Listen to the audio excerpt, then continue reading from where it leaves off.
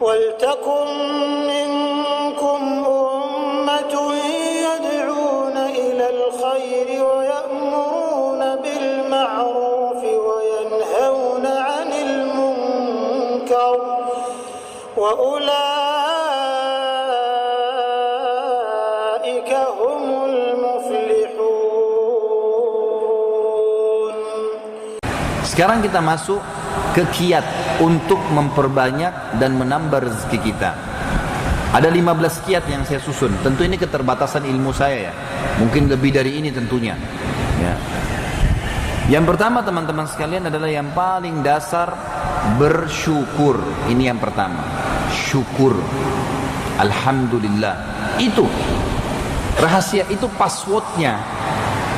Kalau antum mau buka komputer, antum mau buka HP, ada kata sandinya, ini kata sandinya nih. Syukur. Alhamdulillah.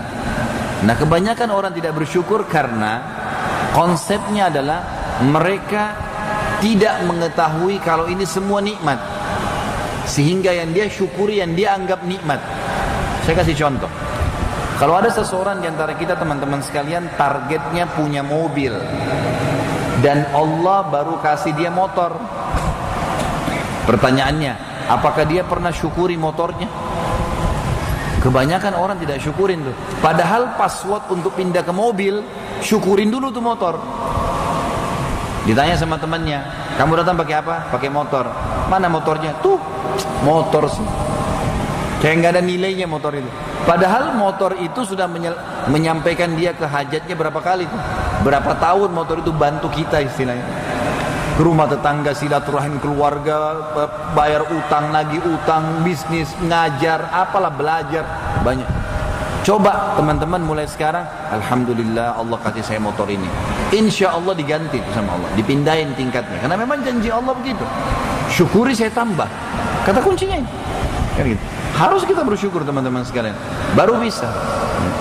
Pernah nggak antum mensyukuri anggota tubuh antum sendiri? Nafas yang kita bisa hirup. Bayangin kalau kita sakit teman-teman. Kalau kita sakit, maka berapa harga satu tabung oksigen di rumah sakit? Sekarang antum nggak pakai tabung, gratis. Berapa juta tuh tabung oksigen? Sekarang antum hirup keluar. Saking banyaknya di rezeki Allah, sampai kita kayak tidak tahu nilainya. Ada orang dikasih rumah sama Allah, mungkin masih tipe 36. Target dia mau punya rumah yang besar, 1000 kali, mungkin 1000 meter.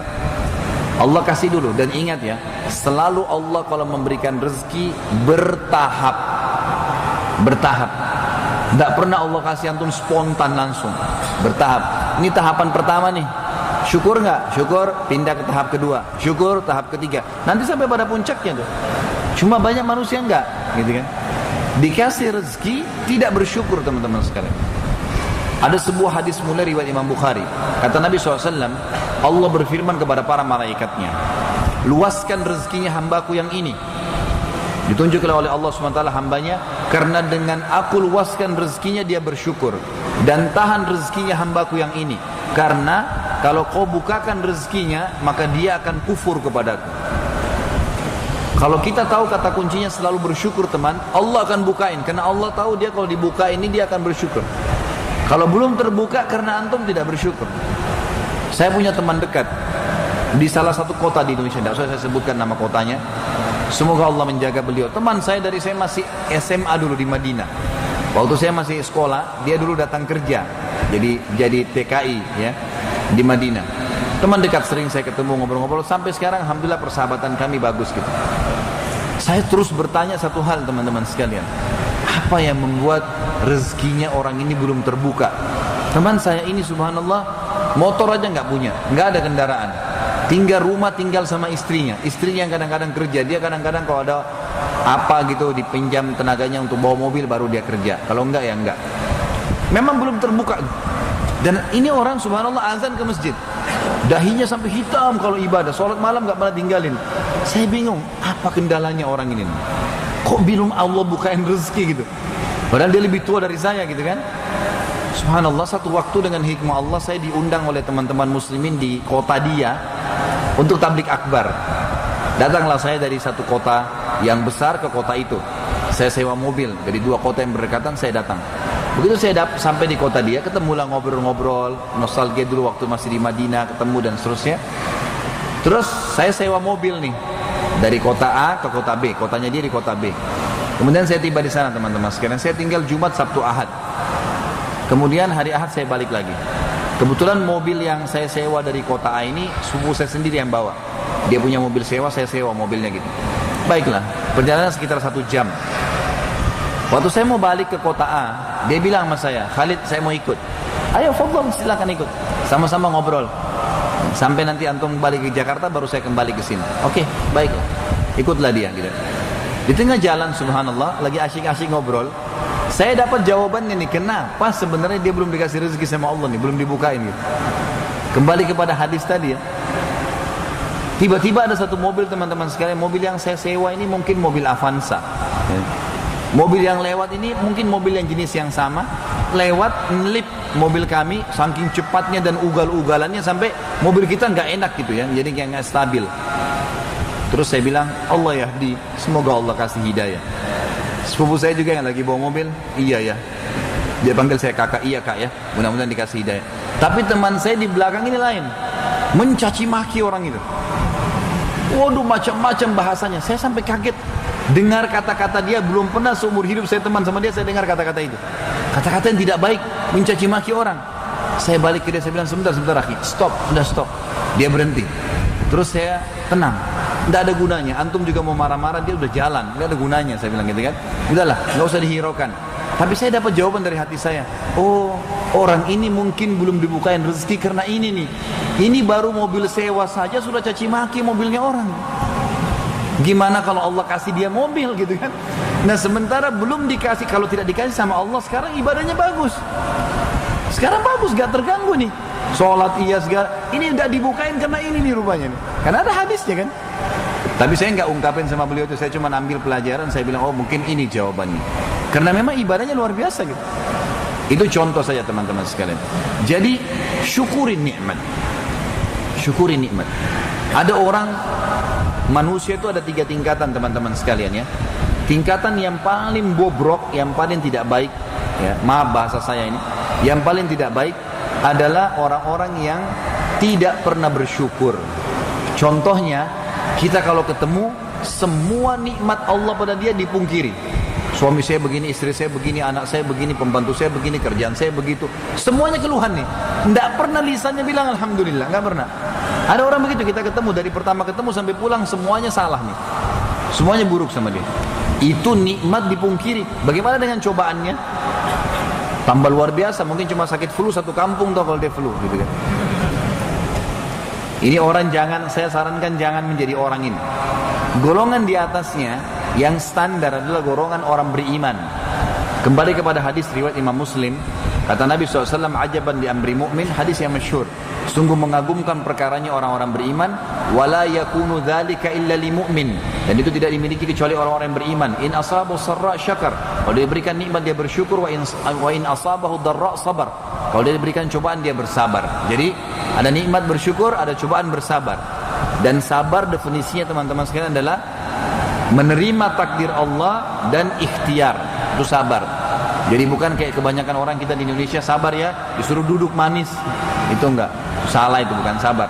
Antum bangun tidur flu, sabar. Bagaimana sabar? Terima dulu itu sebagai takdir Allah, lalu ikhtiar minum obatnya, itu sabar. Kita lagi utangin orang uang, dia tidak bayar. Kita terima dulu sebagai takdir Allah, lalu ikhtiar nagih. Itu sabar namanya. Jadi masuk dalam sabar orang yang ikhtiar. Orang yang duduk manis nggak mau bergerak itu bukan sabar namanya. Harus difahami definisi sabar. Ini standarnya. Nikmat bersyukur, cobaan dia bersabar. Ada orang yang terbaik. Diberikan nikmat dia bersyukur, diberikan cobaan juga dia bersyukur. Ini tingkatan yang luar biasa nih. Nah, ini tidak jarang orang sampai ke situ. Tapi kalau antum bisa sangat luar biasa. Bagaimana caranya? Kalau diberikan nikmat gampang bersyukur Ustaz. Tapi kalau diberikan cobaan bagaimana caranya bersyukur? Kita bersangka baik kepada Allah. Sebagaimana sabda Nabi SAW hadis qudsi riwayat Bukhari, Allah berfirman, Ana inda dhanni abdi bi. Saya sesuai dengan prasangkaan hambaku. Gitu ya. Misal contoh begini. Saya kasih kata kuncinya. Kalau teman-teman lagi mendapatkan sebuah cobaan yang berat, Misal pulang ke rumah, rumahnya terbakar, usahanya bangkrut, apa sajalah sesuatu yang berat misalnya, gitu kan. Maka bagaimana caranya saya bisa bersyukur kalau saya pulang ke rumah, rumah saya terbakar? Yang sebelum antum bicara syukuri terhadap cobaan, antum harus tahu dulu satu hal. Dalam Islam kalau sedang terjadi sesuatu, cobaan apapun, kata kuncinya kita dilarang mengatakan kalau seandainya. Kata Nabi SAW, jangan buka kalau seandainya, karena kalau seandainya membuka pintu syaitan. Tapi ucapkan qaddarallahu ma syaa fa'al. Katakan Allah sudah takdirkan dan Allah berbuat yang dia inginkan. Lalu ikhtiar teman-teman sekalian. Jadi kita harusnya begitu ya. Jadi kalau antum ada masalah, ingat kata-kata saya ini, tidak usah tanya kenapa terjadi, kalau seandainya, tapi langsung pikirin satu kalimat, solusinya. Kalau ada masalah, solusi. Bukan lagi tanya bagaimana. Nanti setelah solusi yang diselesai, masalah ini selesai dengan solusinya, baru antum perbaikin pelan-pelan. Sebabnya apa, jangan terulang lagi. Itu benar. Tapi jangan habis di masalah sebab. Solusi kita nggak pikirin. Ini mesti dipikirkan baik-baik ya. Jadi saya kasih contoh, kalau kita pulang ke rumah, rumah kita kebakaran misalnya. Seseorang di sana, luar sana, ada yang rumahnya dia pulang kebakaran. Dia harus pikirin sekarang solusi. Bukan teriak-teriak saja. Suaranya habis, rumahnya hangus, gitu kan? Dua-duanya hilang. Dan dia harus lakukan solusi. Telepon pemadam kebakaran, panggil tetangga, siram rumah itu, berusaha. Solusi dulu apa? Nanti setelah selesai padam api baru kita pikirin sebabnya untuk jadi pelajaran, gitu kan? Seperti itu. Nah, kalau rumah itu pun hangus sama sekali, hilang, apakah kita masih bisa bersyukur? Jawabannya iya. Asal kembali kepada hadis Bukhari tadi. Saya sesuai dengan perasaan hamba-hambaku, gitu kan? Jadi kita mengatakan alhamdulillah saya tidak di rumah pada saat itu. Kalau saya di rumah saya juga hangus terbakar. Dan pada saat cobaan lagi memuncak, itu doa dimustajab oleh Allah. Pada saat itu antum berdoa, ya Allah, sebagaimana engkau telah mengambil rumah ini, mungkin ada uang haramnya, mungkin ya engkau ingin menggantikan saya yang lebih baik, ya Allah, gantikanlah yang lebih baik. Itu bisa. Ada satu jemaah saya di Irian Jaya, saya waktu itu hari pernah ceramah di sana. Kebetulan saya agak lama waktu itu di satu pedalaman, sekitar 3 mingguan di situ. Waktu saya ceramah tentang cobaan, lalu dia mengatakan, Ustaz, apa yang Ustaz ceritain itu terjadi pada saya. Tapi saya belum tahu hukumnya, baru saya tahu sekarang gitu. Tapi yang Ustaz sampaikan itu yang saya lakukan, dan benar begitu hasilnya. Dia cerita, dia bilang, saya datang ke sini ke Irian dari Makassar orangnya kebetulan. Dia bilang saya nggak punya apa-apa, nggak ada duit apapun, di kantong saya 6.000 rupiah. Dia bilang, saya mulai ngojek, mulai ini, mulai itu, bekerjalah ya kecil-kecilan. Sampai dalam beberapa tahun Ustaz saya berhasil membeli sebidang tanah. Saya bangun di atasnya rumah kayu. Kebetulan saya lagi diundang makan sama dia di rumahnya, rumah kayu gitu kan. Ini Ustaz yang saya bangun, rumah kayu saya bangun di lokasi ini. Dan saya berhasil mengumpulkan modal dagang sekitar 60 juta rupiah. Satu malam Ustaz, waktu saya lagi tidur sama istri sama anak saya, tiba-tiba terjadi kebakaran. Saya rasa panas, begitu saya bangun ternyata rumah saya ini sudah kelalap api besar. Saya coba selamatkan istri anak saya, begitu kami keluar semuanya yang lain hangus nih. Barang dagangan 60 juta habis, rumah habis plus, nggak ada apa-apa, jadi tanah semuanya. Tapi dia bilang, pada saat itu saya berpikir, Ustaz, mungkin ada uang haram, mungkin dulu saya pernah punya dosa, Allah mau bersihkan. Dan saya buat yang seperti Ustaz bilang, saya berdoa, ya Allah, gantikanlah yang lebih baik sebagaimana kau sudah ambil. Dan saya mulai ikhtiar, mulai besoknya Ustaz, saya nggak mau putus asa, saya mulai kerja lagi dari nol, nggak apa-apa, gitu kan. Kemudian saya kerja dalam 1 tahun Ustaz, seperti Ustaz lihat, ini rumah sekarang yang Ustaz saya undang makan, rumah yang saya kumpulin 1 tahun ini, kebakaran 1 tahun yang lalu nih. Ini saya bisa bangun kembali, modal usahanya sekarang sudah double dari modal usaha yang pertama. Di sebelah rumah saya ini ada tanah beberapa bidang saya bisa beli, dan saya bangun beberapa rumah saya kontrakin. Yang saya lakukan adalah solusinya Ustaz. Dan saya tetap bersangka baik dengan Allah. Itu kata kuncinya teman. Dengarkan apa yang Allah katakan tentang masalah syukur. Di dalam surah Al-Quran Al-Ankabut, surah nomor 29 ayat 17. Surah nomor 29 ayat 17. A'udzu billahi minasyaitonir rajim. Innama ta'buduna min dunillahi awthanan wa takhluquna ifka. innal ladzina ta'buduna min dunillahi la yamlikuna lakum rizqan fabtagu indallahi rizqa wa'buduhu washkuru lah ilaihi turja'un. Terjemahan umumnya ayat ini, sungguhnya semua yang kalian sembah selain Allah adalah berhala-berhala yang kalian buat-buat dengan kedustaan. Misal, orang nyembah pohon, dia yang bilang ini pohon Tuhan saya, dia yang bilang pohon ini keramat, nggak ada yang bilang. Dusta. Dari mana itu bisa jadi Tuhan pohon?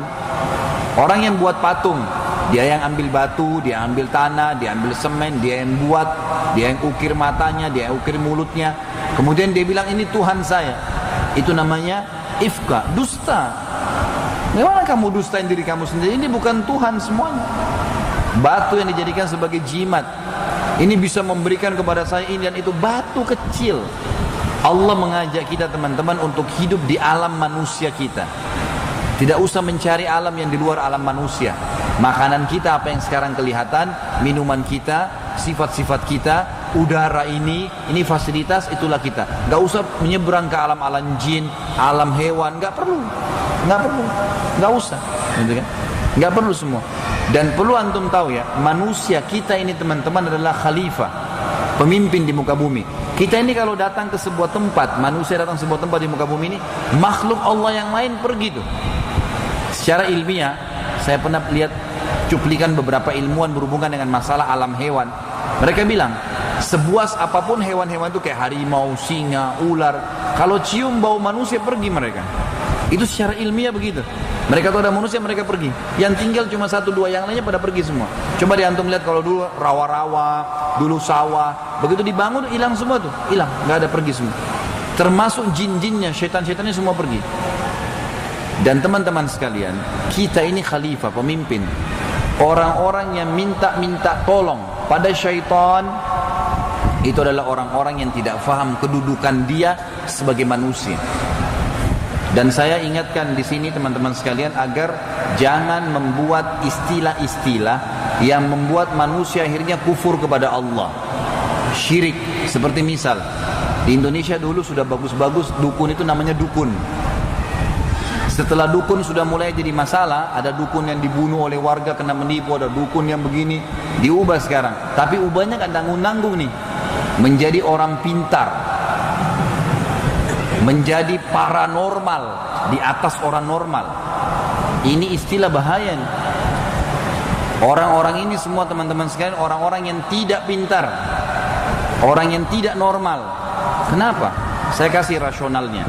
Ada bahasan saya kemarin tentang membongkar dan memperbaiki perdukunan dan sihir, dan saya ajarkan tentang metode pengobatan ruqyah, gitu kan. Kemarin tabligh akbar di Bandung dan beberapa tempat juga pernah gitu. Yang jelas teman-teman sekalian, saya coba memberikan kesadaran terutama dari muslimin yang terjun ke alam dukun-dukun ini.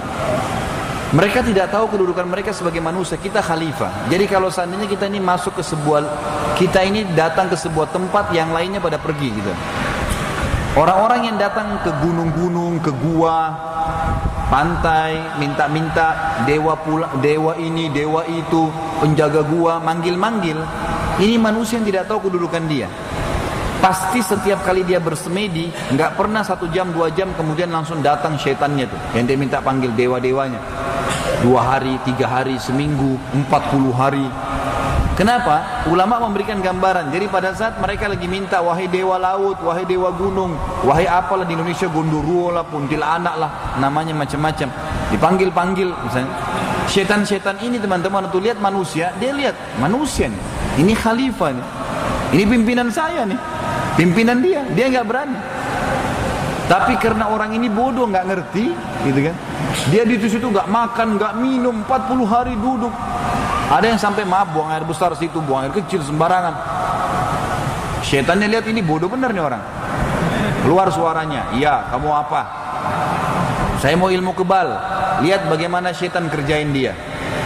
Dia keluar dari alam manusianya ya, untuk membuat orang lain suka. Allah sudah kasih kita potensi kan, tunjukkan perilaku yang baik, santun, berbagi. Kan manusia kan suka, itu alam kita. Jangan pindah di alam lain ini, nggak perlu. Maka syaitannya mengatakan minum darah. Darah nggak mungkin diminum di alam manusia kan? Nggak ada dalam manusia, kotor itu, bakteri. Darah itu dalam ilmu medis teman-teman, kalau sudah keluar sedikit, kena udara, sudah kontaminasi dengan ribuan bakteri, itu bahaya. Jadi, tapi itu terjadi. Makan kotoran kamu. Jadi orang yang minta tolong sama syaitan itu sama dengan orang yang kuliah, cerdas, dia lagi sakit kepala, lewat anak SD, dia panggil, dek sini sebentar dek. Ya. Saya sakit kepala, obatnya apa? Kata anak SD, minum kencing saya kak. Bodohnya dia, ya sini kencing kamu, diminum sama dia. Ini teman-teman, saya bukan bicara kosong ya, ada dalilnya. Surah Jin 17 ayat pertama, ada sababan nuzulnya. Jadi orang-orang Quraisy dulu, orang-orang Mekah dulu, itu mereka kalau jalan, keluar dari Mekah menuju ke perjalanan lah ya, safar gitu ya. Ini diceritakan dalam Al-Quran, kalau mereka lagi istirahat di sebuah lembah, terus kemudian mereka mau tidur malam, pimpinan kafilah itu, perjalanan itu akan mengambil setengah bekal makanan mereka, bawa ke tengah-tengah lembah. Lalu dia bilang, wahai penjaga lembah, ini setengah bekal kami, jangan ganggu kami ya. Padahal lembah itu dijaga oleh malaikat. Malaikat-malaikat Allah yang jaga udaranya, yang ngatur tanah, yang ngatur itu kan malaikat. Saya jelaskan dari pagi kan, bagaimana malaikat yang ditugaskan oleh Allah jaga gunung, jaga atur air, populasi hewan-hewan, manusia, tumbuh-tumbuhan, itu malaikat semua. Tapi karena dia bilang itu, setan-setan yang lewat di sekitar lembah itu lihat, loh manusia ini bodoh nih, dikerjain. Kata Allah, fazaduhum rahaqa. Maka setan itu makin kerjain mereka, makin dikerjain. Semua yang diseru selain Allah teman-teman sekalian, terutama orang-orang yang minta tolong sama syaitan, Allah mengatakan ifka, kedustaan, bohong semua itu. Saya kasih contoh dan kita tarik di Indonesia tentunya. Di Mesir teman-teman ada satu kota kalau tidak salah namanya Tanta. Sekitar mungkin kalau saya tidak salah juga 200 km dari Kairo ya.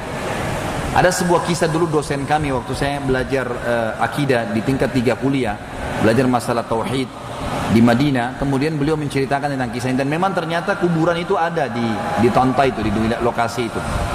Dia bilang ada satu kuburan namanya kuburan Baydawi. Baydawi ini sebenarnya bukan juga seorang ulama ya, biasa, cuma dikenal oleh masyarakat lah, dikenal oleh masyarakat. Waktu dia meninggal, karena dia baik dengan orang-orang sekitar, ada satu warga menghadiahkan sebidang tanah di kebunnya untuk jadi kuburannya Baydawi. Dikuburlah di situ. Bertahun-tahun berjalan tidak ada apa-apa nih. Sampai anak keturunannya si pemilik kebun ini sudah turun-temurun mewarisi kebun itu. Dijual lah. Terakhir tinggal ada sebidang kuburan tadi itu Baydawi dan berada di pinggir jalan raya. Karena berjalan waktu ini sudah belasan tahun yang lalu gitu kan. Baiklah. Ceritanya adalah ini orang-orang Mesir menceritakan dan menyampaikan kepada ya orang-orang yang muslimin secara umum informasi dan kita tahu dari situ. Ada 2 orang lewat dari kota Kairo teman-teman sekalian, kemudian mereka mampir di pinggir jalan tadi. Lalu dua-duanya ini fasik. Fasik itu orang muslim yang banyak dosanya. Dia sholat, mungkin dia tidak sholat atau dia sholat tapi dia masih khamar, masih zina. Itu namanya fasik. Kalau anda temukan istilah fasik berarti muslim tapi banyak salahnya gitu ya.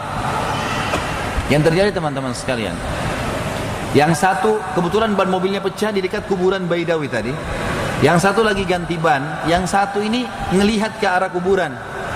Ternyata dalam hitungan 10 menit itu ada 10 orang yang lewat lolang-lalang. Dan rata-rata 10 orang ini mungkin 8 orang memberikan salam ke kuburan itu. Sunnah Nabi berikan salam kuburan kan gitu. Baiklah. Dia iseng nih.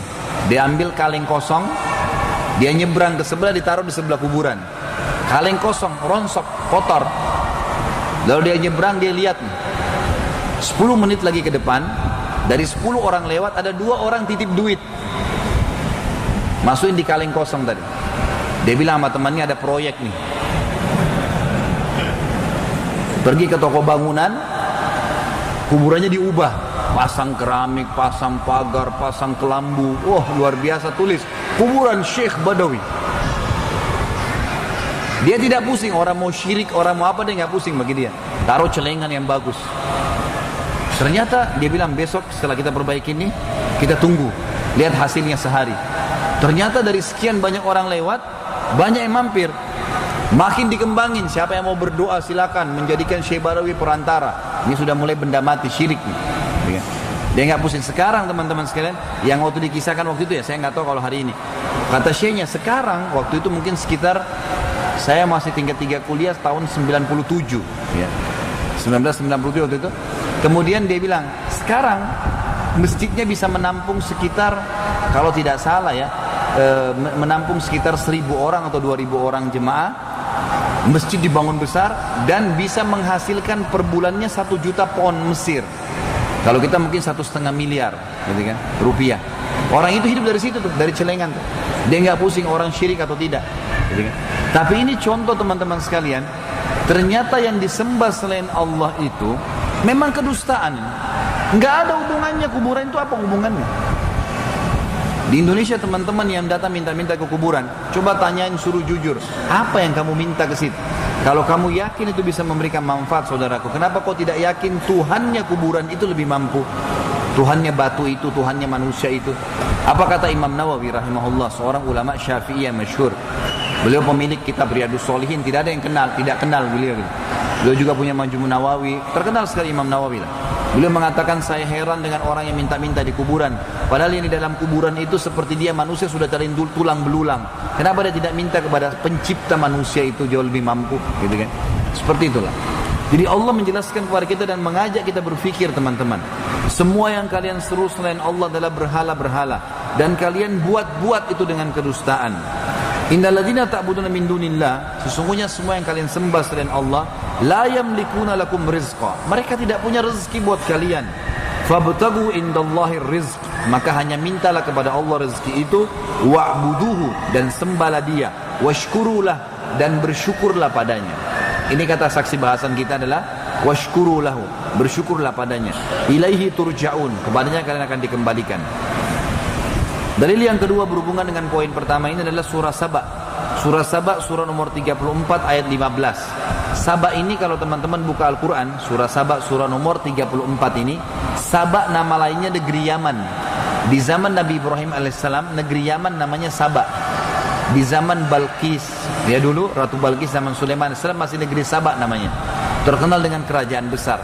Saba ini negeri yang sangat makmur. Waktu itu mereka beriman sama Allah, beriman kepada ajaran Nabi Sulaiman alaihissalam, maka makmur mereka. Makmur ya.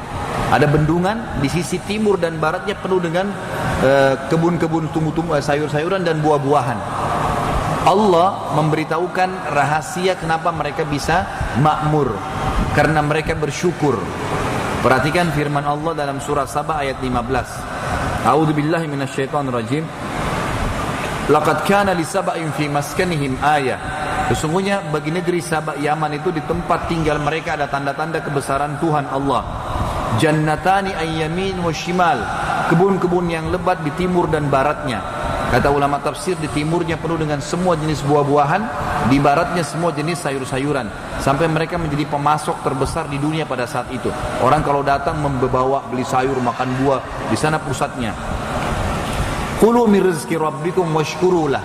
Allah cuma minta mereka makan, silakan puas dengan makanan yang halal itu, dan bersyukurlah, kata Allah. Kalau kalian bersyukur, hasilnya adalah baldatun thayyibah, negeri kalian akan jadi makmur, wa rabbun ghafur, dan Tuhan kalian maha pengampun. Kalau kalian punya ya salah, Allah akan maafkan. Ini kiat yang pertama. Kiat yang kedua untuk menambah rezeki adalah infak, sedekah. Ada sebuah kaidah teman-teman, tolong dibuang jauh dari benak antum. Kaidah ini kaidah kapitalis ya. Kalau pemahamannya kapitalisme namanya. Kalau biasa di kampus ya. Pemahaman kapitalis ini teman-teman sekalian, mereka mengatakan kalau ingin kaya, pangkal kaya apa? Menabung. Ya. Nah, ini bentrok dengan Islam. Karena dalam Islam pangkal kaya apa? Sedekah. Sedekah sama nabung bentrok, nggak ketemu. Kena nabung nyimpan, sedekah ngeluarin, nggak ketemu konsepnya. Kalau ini makin banyak nabung makin kaya, ini makin banyak keluar makin kaya. Coba gimana mempertemukannya? Jadi mulai sekarang antum harus lempar kapitalis itu, antum masuk ke dalam Islam. Coba saya akan berikan bukti-buktinya teman-teman sekalian. Allah subhanahu wa ta'ala menyuruh kita untuk berinfak, mengeluarkan teman-teman. Keluar akan datang. Makin banyak datang. Seperti itulah. Jadi seperti kita lempar jaring, makin besar jaringnya, makin banyak datangnya. Kenapa antum masih rezekinya sumbat? Kok saya belum terbuka nih rezekinya? Gak bisa jadi orang jutawan, miliaran. Apa sebabnya ya? Kata rahasianya satu, antum masih pelit. Masih pelit untuk membantu. Dan masalahnya, contoh pelitnya, kadang-kadang pelit itu tidak kita sadari teman-teman. Banyak orang di antara kita cuma tonton temannya dapat pahala dan dapat rezeki banyak. Misal, coba renungi kalau antum masuk dalam contoh ini ya. Ini contoh-contoh untuk menjelaskan dan bisa membuat antum menerimanya. Kalau antum atau anda lagi bersama dengan seorang teman satu mobil. Dia si A punya mobil, anda ini si B duduk di sebelahnya. Mampir di lampu merah, lalu ada orang ketuk kaca, orang miskin. Sepemilik mobil A buka jendela, kasih 10.000. Kalau antum di posisi si B, antum apa yang antum lakukan? Kalau anda di posisi si B, buat apa kira-kira? Hah? Mana suaranya nih? Kebanyakan kita berpikir, oh teman saya sudah bantu, sudahlah. Iya nggak? Begitu umumnya kan? Sekarang ubah. Karena kalau antum bilang, oh teman sudah bantu ya sudahlah. Itu sama saja kita sedang melihat amalnya dia ditulis oleh malaikat dan dia masuk surga, kita enggak, cuma nonton. Apa manfaatnya buat kita? Enggak ada manfaat buat kita kan? Banyak orang gitu, cuma lihat orang berbuat apa. Dia lihat di depan mata tapi dia enggak lakukan. Terutama dalam sedekah ini. Sedekah. Coba saya tanya teman-teman sekalian, kalau ada masjid lagi taruh celengan di pinggirnya, saya nggak tahu di Pontianak ada nggak ini, tapi di Jakarta ini banyak nih. Masjid kalau butuh sumbangan taruh celengan pinggir jalan, berarti kan? Baik, kalau antum lewat di situ, ada celengan, antum sudah nyumbang kemarin 10.000. Kalau lewat hari ini, ya, nyumbang lagi nggak? Jawab jujur ya. Kebanyakan kita tidak nyumbang lagi. Karena kita pikir sudah kemarin. Itu kemarin sudah dicatat di buku amal. Hari ini, kenapa antum setiap mau makan disuruh bismillah? Setiap habis makan baca bismillah. Kenapa tiap hari kalau mau tidur baca doa, bangun tidur baca doa, keluar rumah baca doa? Kenapa tiap hari? Kenapa enggak sekali baca bismillah seumur hidup? Karena buku amal kita setiap hari. Jadi apa yang antum buat kemarin-kemarin? Makanya kata Nabi SAW, jangan kalian mengatakan dulu saya pernah sholat malam. Itu dulu. Sekarang, besok. Banyak juga orang di antara kita teman-teman selalu bangga dengan amalnya orang lain. Contoh gini, ayah saya itu, Masya Allah, semua keluarga dibantu sama dia. Benar, itu ayah kamu. Kamu bagaimana? Itu ayahmu sudah dicatat oleh malaikat. Kamu bagaimana? Ibu saya itu setiap bangun subuh baca Quran. Ibumu, kamu bagaimana? Kita selalu gitu. Amal orang lain itu buat dia. Dan kita pun kalau bangga tidak ada manfaatnya. Bahkan dalam Islam, kalau seorang muslim berbuat kebaikan jangan dipuji. Ada pernah sahabat lagi sholat khusyuk sekali.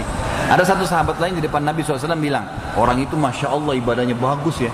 Kata Nabi, jangan kau ucapkan di hadapannya. Karena kalau kau ucapkan, kau hancurkan hidupnya. Dia jadi riak nanti itu. Nggak boleh dipuji. Jadi kalau antum punya teman, antum setengah mati buat macam-macam ibadah, dia nggak puji, itu teman yang benar tuh. Sedikit buat baik, oh kamu hebat, kamu ini nggak ngerti, nggak boleh. Harusnya. Jadi kita harus teman-teman tahu. Sekarang contoh yang lain nih, saya banyak mau perbaikin soalnya. Kalau celengan masjid lagi lewat, lagi Jumat, lewat celengan sebelah antum, ada 1.000 baru, 1.000 tua, yang mana dimasukkan? Yang mana kira-kira? Coba ini ada banyak ratusan contoh dari saya ini. Kalau antum korek-korek, rupanya banyak penyumbat rezeki antum nih. Dikasih uang 1.000 tua di celengan, 1.000 baru beli air mineral di luar. Lalu 1.000 tua tuh rewel, minta sama Allah kesehatan, kekuatan, keturunan, minta kaya, minta rewel. Bagaimana bisa? Coba. Nggak mungkin gitu. Mestinya 1.000 baru kasih Allah, 1.000 tuanya kasih ke sana. Dengarkan perkataannya Urwah bin Zubair, ayahnya Zubair bin Awam, Salah satu dari jamin 10 masuk surga sahabat. Anaknya namanya Urwah. Urwah ini ulama besar ya. Dia bilang gini, janganlah seseorang di antara kalian memberikan di jalan Allah, niatnya untuk cari pahala, sesuatu yang dia malu kalau dia berikan kepada pemimpin kaum, satu orang pejabat. Saya kasih contoh gini, supaya contoh ini menjelaskan. Kalau teman-teman misalnya ditelepon oleh seorang pejabat lah, mungkin kalau kita di sini wali kota atau gubernur, telepon antum, tolong besok datang ke kantor saya atau datang ke rumah saya, undang khusus gitu. Lalu kemudian dia pesan, tolong ya bawain saya buah. Yang undang kita minta tolong bawain buah. Kira-kira kalau gubernur atau wali kota, anggap presiden lah di Indonesia yang undang antum khusus di telepon, bawain buah ya, antum beli buah di mana nih? Di pinggiran jalan? Hah? Kok nggak ada yang nyaut nih? Nyambung nggak? Sekarang kalau seseorang yang antum hormatin pesan buah, antum beli buah di mana? Pinggiran jalan? Di pasar kaki 5? Kita masuk ke mana toko buah yang paling bagus nih? Pada saat masuk ada jeruk harga 100.000 per kilo, ada 50.000 per kilo, yang mana antum beli? 100.000 yang dibeli. Bahkan kita titip pesan, mas tolong ya jangan ada yang rusak mas, paling bagus. Setelah itu ditaruh di mana? Kresek atau keranjang? Keranjang. Bungkus plastik, taruh kartu nama rapi. Kena mau dikasih kepada siapa tadi? Pemimpin kaum. Ini kena punya jabatan nih. Coba kita balik teman-teman. Kalau ibu antum atau ayah antum yang pesan, beli di mana? Nah banyak masalah kan? Ini penyumbat rezeki semua ini. Nak beliin buah ya nak. Kita mampir pinggir jalan, beli sembarangan, rusak. Mas maaf mas, nggak cukup 1 kilo. Gak apa-apa, masukin aja. Asal jadi buah semua. Bungkus, nggak mungkin pakai keranjang. Ada plastik mas tapi bekas ikan, nggak apa-apa. Kenapa buat ibu sama ayah? Kalau buat pejabat tadi luar biasa. Padahal ini dapat pahala besar nih. Ini luar biasa buat orang tua. Makanya teman-teman balik kasusnya nih.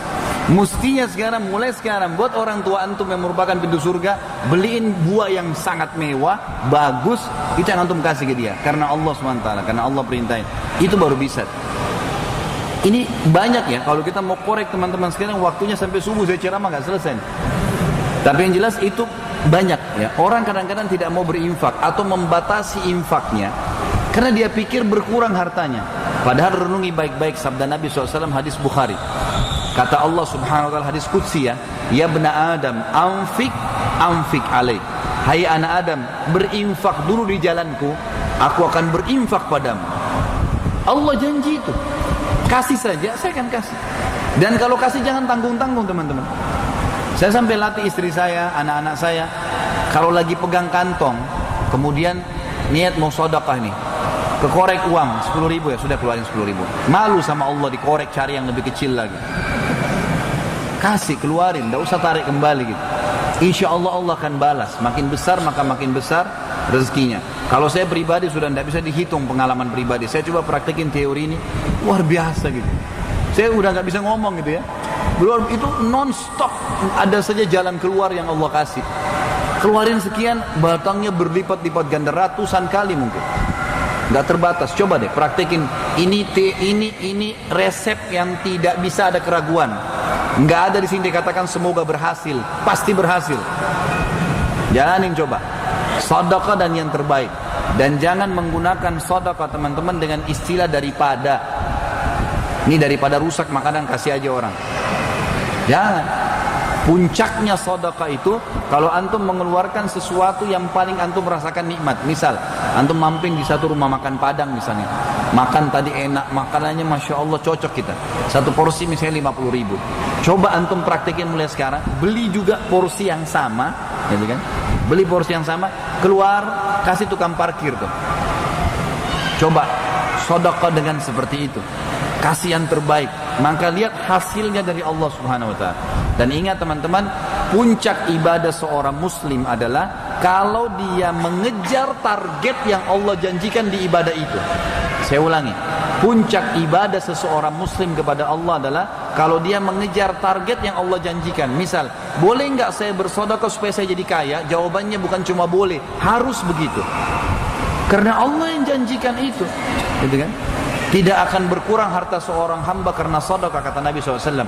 Maksudnya kata ulama hadis, Allah akan perkaya dia.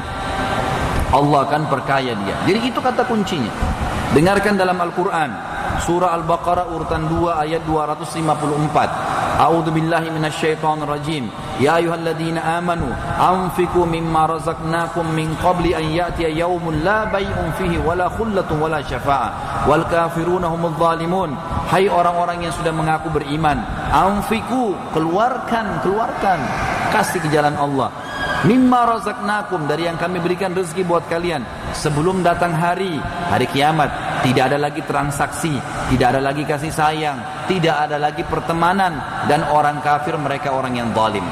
Demi Allah teman-teman sekalian, kalau antum sibuk membengkakkan rekening antum, saya bukan melarang antum untuk menabung ya, bukan. Menabung boleh dalam Islam, tapi jangan sampai tidak pernah berinfak gara-gara menabung ini, gitu. Kalau antum mengumpul uang sampai 1 miliar, 2 miliar, 10 miliar uang di rekening, kapan membengkak, kapan bertambah, di print buku kita lihat tulisannya besar. Kapan itu target antum dan antum meninggal teman-teman? Demi Allah aku akan nyesal. Coba waktu meninggal ya, coba saya sedekahkan ya buat masjid, buat pesantren, tapi udah nggak ada gunanya pada saat meninggal. Sekarang nih, lagi antum masih hidup, sedekahkan. Dalam surah Ibrahim, surah nomor 14 ayat 31 sampai 34, Allah Subhanahu wa taala berfirman, A'udzu billahi minasyaitonir rajim, qul li ibadiyalladzina amanu yuqimus salata wa yunfiqu mimma razaqnahum sirran wa alaniyah. Ini ayatnya berlanjut tapi saya cut dulu sampai sini, kita terjemahkan. Katakanlah hai Muhammad kepada hamba-hambaku yang sudah beriman agar mereka selalu mendirikan salat yang wajib dan sunnah, kejar salat itu, dan setelah salat mereka menginfakkan. Salat dihubungkan dengan sedekah. Infakkan apa yang kami jadikan sebagai rezeki untuk mereka, sirran, sembunyi-sembunyi, wa alaniyah, dan terang-terangan. Kadang-kadang ada orang minta di depan matanya orang lain, tidak harus kasih. Tidak usah takut riya, karena riya itu adalah sebuah produk penawaran syaitan. Semua ibadah pasti terlintas riyanya. Tidak ada ibadah yang tidak pakai riya, pasti akan riya, karena syaitan tahu riya itu jalan pintas agar antum batal ibadahnya. Tapi syaitan ibaratnya seperti kita lagi di mobil atau kita lagi di kendaraan, ada orang nawarin produk, kita selama tidak interaksi dengan dia nggak ada masalah. Syaitan tawarin tuh di sebelah kamu ada orang tuh, itu orang lihat kamu berdoa, selama kita tidak iyakan nggak ada masalah. Nggak usah khawatir dengan riya, asal jangan ikutin, gitu kan? Seperti itulah. Jadi kita memang kadang-kadang di depan umum harus bersedekah. Sholat 5 waktu ke masjid, orang pasti lihat. Pergi haji dan umrah, orang lihat. Pergi berjihad, orang lihat, gitu kan? Jadi memang ada yang terang-terangan, tinggal ngontrol. Min qabli an ya'tiya yaumun la bai'un fihi wala khilal. Sebelum datang hari tidak ada lagi transaksi dan tidak ada lagi persahabatan, hari kiamat. Itu ayat 31. Ayat 32-nya, Allahul ladzi khalaqas samawati wal ard, yang menyuruh kalian agar sholat dan menginfakkan apa yang kalian miliki dari rezeki adalah Allah yang telah menciptakan semua langit dan bumi. Wa anzala minas sama'i ma'an fa akhraja bihi minats thamarati rizqan lakum, dan yang menyuruh kalian salat dan berinfak itu adalah yang telah menurunkan air hujan dari langit dan mengeluarkan dari air hujan itu tumbuh-tumbuhan, buah-buahan yang banyak sebagai rezeki buat kalian. Wa sakhkhara lakumul fulka litajriya fil bahri bi amri, dan yang menyuruh kalian salat dan berinfak adalah yang telah menjadikan bahtera, kapal-kapal kalian bisa mengaung di atas lautan dengan izinnya. Wa sakhkhara lakumul anhar, dan menundukkan buat kalian sungai sehingga kalian bisa lewat di atasnya dengan kapal-kapal kalian, mengambil ikan-ikannya dan juga perhiasan darinya. Wa sakhkhara lakumus syamsa wal qamara da'ibain, dan yang menyuruh kalian salat dan berinfak itu yang telah menundukkan matahari dan bulan secara da'ibain, rutin. Matahari pagi, bulan malam, terus. Itu yang nyuruh kalian berinfak. Wa sakhkhara lakumul laila wan nahar, dan dia telah menundukkan buat kalian malam dan siang. Wa ataakum min kulli ma sa'altumuh, dan dia telah memberikan kalian dari semua yang kalian minta. Wa in ta'uddu ni'matallahi la tuhsuha innal insana la zalumun kafar. Dan kalau seandainya kalian ingin menghitung-hitung nikmatnya Allah, maka kalian tidak akan mampu. Sesungguhnya manusia itu zalim, tidak punya apa-apa. Begitu Allah kasih sedikit langsung sombong, nggak mau buka pintu, nggak mau bantu, nggak mau memberi, nggak mau senyum. Ini apa semuanya? Zalum, kafar, kufur terhadap nikmat. Kita pindah yang ketiga teman-teman sekalian. Kiat menambah rezeki yang ketiga adalah fokus kepada yang halal dan thayyib. Fokus kepada halal dan thayyib. Jadi kita harus mengejar yang kita nikmatin hanya yang halal. Halal ini yang Allah bolehkan. Thayyib artinya berkualitas. Teman-teman sekalian, kalau kita mau membeli anggur misalnya, buah. Ada buah harganya 100.000 per kilo, kualitasnya lebih bagus. Ada anggur 50.000 per kilo, kualitasnya lebih kurang. Kalau antum mampu beli yang 100.000 tipe A tadi, itu pahalanya lebih besar. Boleh, bukan mubadzir itu. Karena kita disuruh nikmatin, Allah suruh nikmatin. Tapi ingat, kita berada di antara dua kalimat. Tidak ifrat, tidak tafrid. Ifrat itu berlebih-lebihan, tafrid itu terlalu pelit di tengah-tengahnya. Tapi kalau antum beli, ini baju saya bisa beli, harganya 100.000 misalnya, memang lebih bagus kualitasnya. Ada baju 50.000, saya bisa beli tapi lebih kurang. Saya beli yang 100.000, itu malah besar pahalanya. Karena saya sedang menikmatin hal yang halal. Nggak masalah. Yang tidak boleh mubadzir, antum beli 50 baju, 30 baju, untuk apa? Pakai mobil mewah, pakai motor mewah, wajar, boleh dalam Islam. Beli sendal yang bagus silahkan, tapi ingat, jangan berlebihan, jangan pelit. Kita disuruh tengah-tengah. Saya sebutkan kisah di sini teman-teman. Kisah tentang Abu Hanifah rahimahullah. Abu Hanifah salah satu imam madhab. Beliau pernah teman-teman sekalian, sementara pengajian seperti ini, ada orang rupanya di dalam majelis murid-muridnya, rambutnya berantakan, bajunya kotor. Kelihatan orangnya kayak susah sekali gitu. Waktu selesai pengajian, kata Abu Hanifah rahimahullah, kesinilah. Dia tahu kalau ini orang sering hadir pengajian gitu kan. Datang dia. Kata Imam Abu Hanifah, itu mihrab di depan ada sejadah saya. Kebetulan beliau imam. Angkat sejadahnya, ambil sesuatu di bawahnya. Ada sesuatu di bawahnya. Ambil. Orang itu pergi. Diangkat sejadah, ada sekitar 500 dirham kalau tidak salah ya. Cukup besar, kalau kita sekarang belasan juta lah. Lalu orang itu bawa, ini imam kalau kita sekarang kiai ya, ini imam gitu, Imam Abu Hanifah. Kata Abu Hanifah, ambillah, perbaiki hidupmu, jangan kau susah seperti ini, jadiin modal, jadiin apa, pokoknya ambillah. Abu Hanifah kebetulan ulama besar dan kaya raya, karena Abu Hanifah adalah pengusaha terbesar di Irak kain sutra waktu itu ya. Beliau juga imam mazhab, beliau juga adalah seorang pengusaha yang kaya raya. Yang jelas teman-teman sekalian, orang ini tiba-tiba bilang, tapi saya orang kaya wahai imam, saya nggak butuh ini duit, banyak duit saya. Abu Hanifah heran. Beliau mengatakan, kalau begitu, mana kau dari sabda Nabi Muhammad SAW? Ada hadis Nabi bunyinya, ini riwayat ahli sunnah dan sanad sahih. Kata Nabi SAW, Inna Allah yuhibbu an yara athara ni'amihi ala abdi. Allah sangat suka melihat bekas nikmatnya pada hambanya. Mana kau dari sabda Nabi itu? Ingat teman-teman sekalian, jangan salah paham dengan definisi zuhud. Banyak orang-orang muslim di Indonesia juga sudah mulai ada. Difahami zuhud itu adalah meninggalkan dunia untuk akhirat. Jadi akhirnya makanannya roti kering, ya, bajunya kotor, kendaraannya amburadul, rusak-rusak, sendalnya juga nggak bagus. Kenapa? Dari mana ajarannya ini teman-teman sekalian? Zuhud itu adalah mendahulukan akhirat dari dunia. Itu yang benar, bukan meninggalkan dunia ya. Makanya surah Al-Qasas 77 menjelaskan masalah itu. Kata Allah SWT, wabtaghi fima ataqallahu daral akhirah wala tansa nasibaka minad dunya. Kejar apa yang Allah janjikan di akhirat buat kalian dan jangan lupa bagianmu dari dunia. Itu yang benar. Kita kaya raya, ada orang miskin kasih azan, tutup toko, sholat, gitu. Pemimpin-pemimpin orang-orang zuhud, Abu Bakar, Umar, Uthman, Ali, ini orang-orang kaya semua. Tapi pemimpin-pemimpin orang zuhud, gitu kan? Jadi jangan salah paham. Ingat, Nabi Muhammad SAW memiliki kuda terbaik di Jazirah Arab. Kuda terbaik di Jazirah Arab. Dan Nabi Muhammad SAW memiliki baju yang bagus. Sampai Ka'ab bin Malik berkata, sahabat Nabi radhiyallahu anhu berkata, satu hari pernah saya lewat di depan rumah Nabi Muhammad SAW dan lagi saya lihat bulan purnama. Indah sekali. Saking indahnya dia bilang, saya nggak mau alihkan pandangan mata saya dari situ.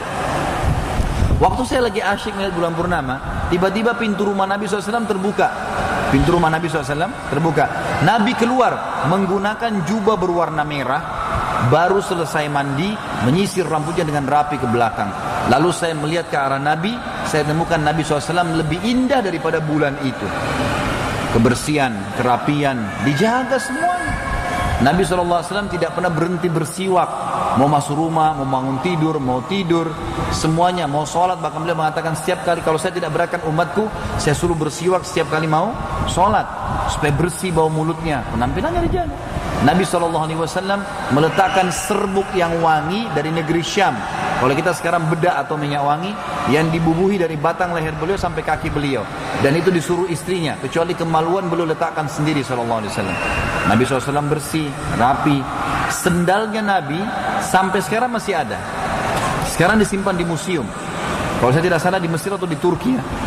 Saya lihat gambarnya, itu ditulis sendal Nabi SAW, masih ada sampai sekarang, dari kulit yang bagus. Tapi teman-teman, kita bukan mubadzir, bukan berlebihan, bukan juga terlalu pelit, berada di tengah-tengahnya. Kita disuruh nikmatin, silakan nikmatin, tapi jangan sampai pelit. Dengarkan firman Allah Subhanahu wa taala dalam masalah ini. Surah Al-Maidah, surah nomor 5 ayat 87 sampai 88. Allah berfirman, "A'udzubillahi minasyaitonirrajim, ya ayyuhalladzina amanu." Hai orang-orang yang beriman, la tuharrimut thayyibati ma ahallallahu lakum wa la ta'tadu. Jangan kalian haramkan kebaikan-kebaikan yang telah Allah halalkan buat kalian, tapi jangan berlebih-lebihan. Makan makanan yang enak, pakai baju yang bagus, pakai sendal yang bagus, bersih, rapi. Tunjukkan kalau orang beriman itu bagus, kaya, nggak apa-apa, nggak masalah. Kalau kita sholat di sebuah masjid, teman-teman sekalian, ini saya motivasi teman-teman untuk keluar dari sebuah penjara yang dia buat diri sendiri, buat dirinya. Saya begini deh, saya nggak usah, begini aja sudah. Jadi dia nggak kembangin potensi itu, nanti kita akan bahas di kiat-kiat selanjutnya. Tapi seperti itulah teman-teman. Kalau kita sholat di masjid ini misalnya, orang yang jadi muadzin dapat pahala kita semua karena dia panggil kita sholat. Imam dapat pahala dia dan dapat pahala kita. Kita masing-masing dapat pahala kita sebagai orang yang sholat. Tapi ada orang mungkin yang tidak hadir di masjid ini dapat pahala kita semua karena dia termasuk yang berinfak di masjid ini. Dari mana kita bisa berinfak kalau kita tidak ada pendapatan? Saya dan anda teman-teman punya dua mata sama, punya satu otak sama, punya satu mulut, punya lidah, punya waktu sama-sama 24 jam. Nggak ada orang punya waktu 25 jam. Kenapa dia bisa, saya nggak bisa? Gali potensi itu. Bisa. Asal antum mau bisa. Mulai dan bertawakal. Gitu kan? Harus. Baru bisa gitu. Kata Allah, ya orang-orang yang beriman, jangan haramkan kebaikan-kebaikan yang telah Allah halalkan buat kalian dan jangan berlebihan. Sesungguhnya Allah tidak suka orang yang berlebihan. Innallaha la yuhibbul mu'tadin. Kulu wa kulu mimma razaqakumullahu halalan thayyiba. Makan, minum, nikmatin apa yang telah Allah jadikan halal buat kalian dan thayyib, yang berkualitas. Ayam halal, tapi kalau sudah rusak tidak thayyib, haram, enggak boleh. Walaupun dasarnya halal. Wattaqullaha alladzi antum bihi mu'minun. Bertakwalah kepada Allah yang padanya kalian beriman. Kemudian dalam surah An-Nahl, surah nomor 16 ayat 114. A'udzubillahi minasyaitonirrajim. Faqulu mimma razaqakumullahu halalan thayyiban washkuru ni'matallahi in kuntum iyyahu ta'budun. Makanlah, minumlah, nikmatilah apa yang Allah jadikan rezeki buat kalian yang halal, yang dibolehkan dan thayyib, yang berkualitas. Dan bersyukurlah atas nikmat-nikmat Allah itu kalau kalian kepadanya menyembah.